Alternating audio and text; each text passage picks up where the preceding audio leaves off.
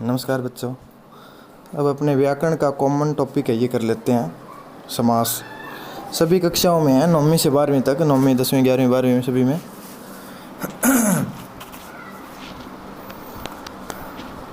समास का अर्थ है समाया हुआ। शब्द बनाने की प्रक्रिया है ये। दो या दो से अधिक शब्दों के मेल से जो नया शब्द बनता है उसे समास कहते हैं। जैसे शब्द प्लस शब्द लिखा हुआ है, पहला शब्द है उसको पहला पद कह देते हैं, पूर्व पद कह देते हैं, और जो दूसरा शब्द होता है उसे दूसरा पद या उत्तर पद कह देते हैं। इसे समझाया गया है माँ बाप। माँ है वो पहला पद है, बाप है वो दूसरा पद है। समास क्या है? समास शब्द बनाने की प्रक्रिया। ऐसे शब्द हिंदी में 4 तरीकों से बनाए जाते हैं शब्द। समास, संधि, उपसर्ग, प्रत्यय, ये 4 तरीके हैं नए शब्द बनाने के। तो पहला है द्वंद्व। सरल से कठिन की ओर चल रहे हैं, इसलिए पहले मैंने सबसे पहला समास द्वंद्व लिया है। द्वंद्व का अर्थ होता है युद्ध। द्वंद्व युद्ध होता था पुराने समय में। मैंने लड़ाई भी लिख दिया, और लड़ाई होती है बराबर वालों में, अर्थात दोनों पद समान होते हैं, यानी दोनों बराबर हो जाते हैं तो ही लड़ाई होती है।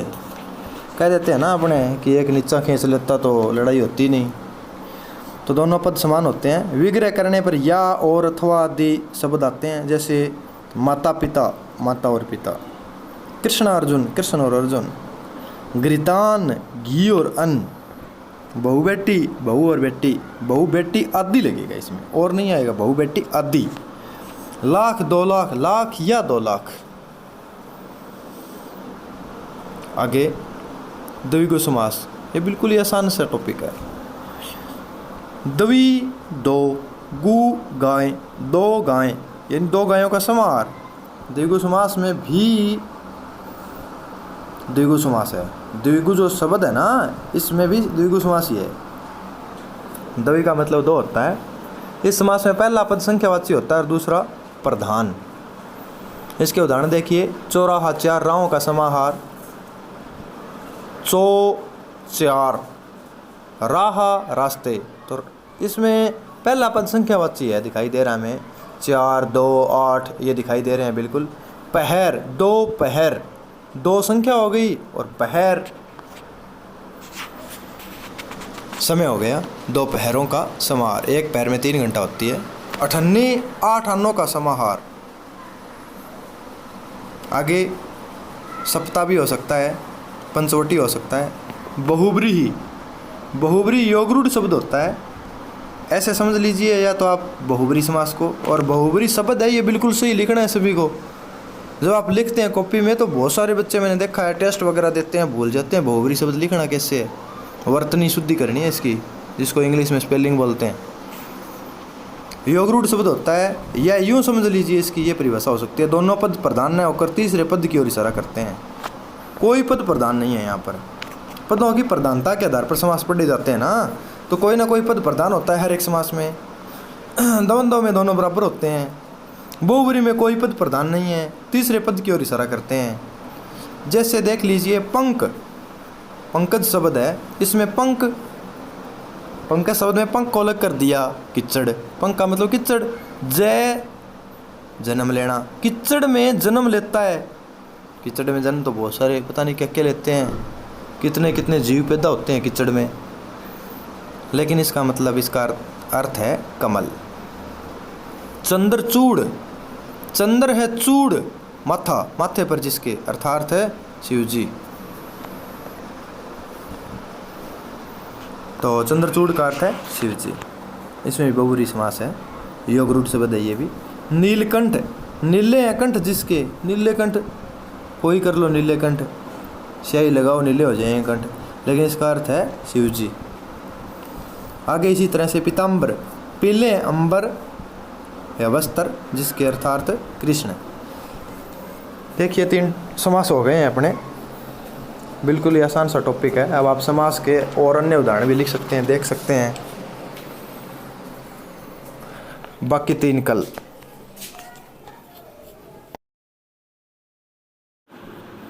देखो बच्चों, चौथा समास कर्मधारय समास। कर्मधारय समास में क्या है, दोनों पदों में पद दो ही होते हैं, तो विशेषण और विशेष्य का संबंध रहता है और उपमेय और उपमान का संबंध रहता है। उदाहरण दिया है, दूसरा पद इसमें प्रधान होता है कर्मधारय में, कर्मधारय द्विगु। ये दोनों समास तत्पुरुष के भेद हैं। तत्पुरुष में दूसरा पद प्रधान होता है, इनमें भी दूसरा पद ही प्रधान होता है, कर्मधारय में और द्विगु में। तो कर्मधारय में दोनों पदों में विशेषण विशेष्य और उपमेय उपमान का संबंध होता है। जैसे उदाहरण बताया है मैंने, काली मिर्च। अब काली शब्द है वो रंग है, रंग है, गुण है, ये विशेषण हो जाता है। विशेष्य मिर्च है यहाँ पर जिसकी विशेषता बताई जाए तो इसका विग्रह होगा काली है जो मिर्च। इसी तरह से लाल मिर्च हरी मिर्च हो जाएगा। इसी तरह नील गाय नीली है जो गायें। आगे उपमेय और उपमान, जब मैंने अलंकार कराई तब बता दिया था, उपमेय संसार की साधारण वस्तु उपमेय होती है, उपमान संसार की प्रसिद्ध वस्तु होती है। इन दोनों का संबंध रहता है, विशेषण विशेष्य का, उपमेय उपमान का। तो यहाँ देखिए, चंद्र मुख, तो यहाँ उपमेय मुख, चंद्र है उपमान, तो इसका विग्रह हो जाएगा चंद्र के समान है जो मुख। इसी तरह से मृगनयन विद्या धन, विद्या रूपी धन, और मृग के समान है जो नयन। अगला समास अव्ययी भाव समास। इसमें पहला पद प्रधान होता है और इसको शब्द से ही समझ लेते हैं इस समास को, अव्ययी भाव समास को। इसमें एक तो ए है, ए का मतलब नहीं, व्यय खर्च प्लस ई प्लस भाव, यानी खर्च नहीं वो अर्थ दे, खर्च नहीं, यानी सीधा सा इसका अर्थ बनता है। इसमें ठीक तरह से देखें तो अव्यय शब्द जुड़ा हुआ है, जो अव्यय का भाव दे वो शब्द, क्योंकि है तो ये समास शब्द ही होता है। अव्ययी भाव समास, अव्यय का जो भाव दे वो समास शब्द, यानी अविकारी शब्द। एक इसमें पुनरुक्त शब्द आ जाएंगे, जो एक शब्द कोई दो बार आता है, जिसे दिनों दिन रातों रात, वो हो जाएंगे। एक ही उपसर्ग से बनते हैं, जैसे आ, प्रति, यथा, बे, नी, भर, बै, अनु, बा, ये मैंने लिख रखे हैं। आ से आजन्म, आमरण, प्रति से प्रतिदिन, प्रतिपल, प्रत्येक, प्रत्यक्ष, यथा से यथा संभव, यथा विधि, बेशक, बेखटके, निडर, निधड़क, भरपेट, रात भर, बखूबी, अनुरूप, बाकायदा, ये उपसर्ग लग रहे हैं, इनसे शब्द बनते हैं। बस शब्द व्याकरण के आधार पर दो प्रकार के होते हैं, विकारी, रविकारी, या प्रयोग के आधार पर कह लें विकारी और अविकारी शब्द दो होते हैं। तो ये अविकारी शब्द बन जाता है। ये इसमें उपसर्ग लगेंगे आ, प्रति, यथा, ये अव्यय का भाव देने लग जाते हैं ये शब्द। इनमें कोई विकार परिवर्तन नहीं होता, वाक्य में कहीं भी आ जाए। जैसे धीरे धीरे शब्द है, राम धीरे धीरे चलता है, इसमें धीरे धीरे जो शब्द आ रहा है ना, वो अव्यय शब्द है। अव्यय कह देते हैं, अविकारी शब्द कह देते हैं, एक ही बात है। आगे एक समास और रहता है, वो कल बाकी करेंगे। समझ में ना आए तो फ़ोन करके पूछ लेना।